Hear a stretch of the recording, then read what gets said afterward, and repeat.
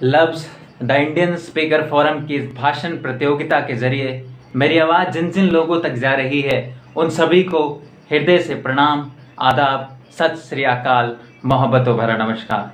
दोस्तों, आज जिस विषय को लेकर मैं आप सभी के बीच आया हूँ वह विषय है हम आज़ाद हैं। इसके पीछे एक प्रश्न चिन्ह लगा हुआ है कि क्या हम वाकई में आज़ाद हैं, क्या हम सचमुच में आज़ाद हैं। दोस्तों, अंग्रेजों ने भारत पर सैकड़ों वर्षों तक शासन किया, राज किया। उन्होंने अपने फ़ायदों के हिसाब से, अपने सहूलियत के हिसाब से देश पर नियम, कायदे, कानून लागू किए। देश की जनता को न चाहते हुए भी उनके काले कानूनों को स्वीकार करना पड़ता था, मानना पड़ता था।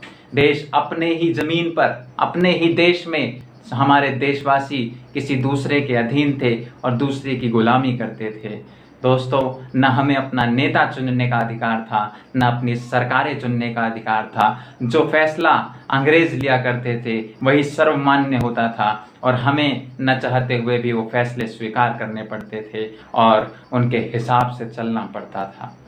दोस्तों, इस संघर्ष के लिए, इससे आज़ादी दिलाने के लिए हमारे अनेकों क्रांतिकारियों ने, अनेकों स्वतंत्रता सेनानियों ने संघर्ष किया, अपनी बलिदान दिए।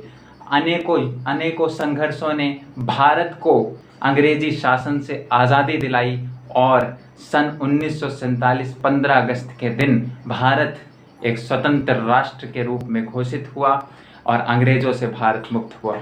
दोस्तों, लेकिन एक प्रश्न ये भी है कि क्या उन सभी क्रांतिकारियों ने, उन सभी स्वतंत्रता सेनानियों ने सिर्फ अंग्रेजों से भारत को आज़ाद करने के लिए लड़ाई लड़ी थी क्या?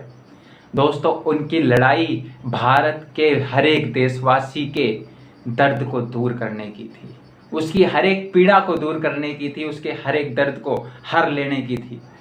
लेकिन क्या आज भारत का हर एक देशवासी अपनी पीड़ाओं से मुक्त है? क्या आज़ाद है वो अपनी समस्याओं से? मेरे ख्याल से नहीं। दोस्तों, उन क्रांतिकारियों ने, उन सैनिकों, उन वीर स्वतंत्रता संग्रामियों ने ये सपना देखा था कि भारत, आज़ाद भारत सभी की सभी समस्याओं से आज़ाद हो, उसके अंदर कोई समस्या ना हो, कोई दुख दर्द ना हो और देश का हर एक देशवासी स्वतंत्र रूप से अपनी इच्छाओं से जीवन जीने के लिए स्वतंत्र हो और अपने देश को सही तरीके से, अपने देश का सही तरीके से सम्मान कर सके।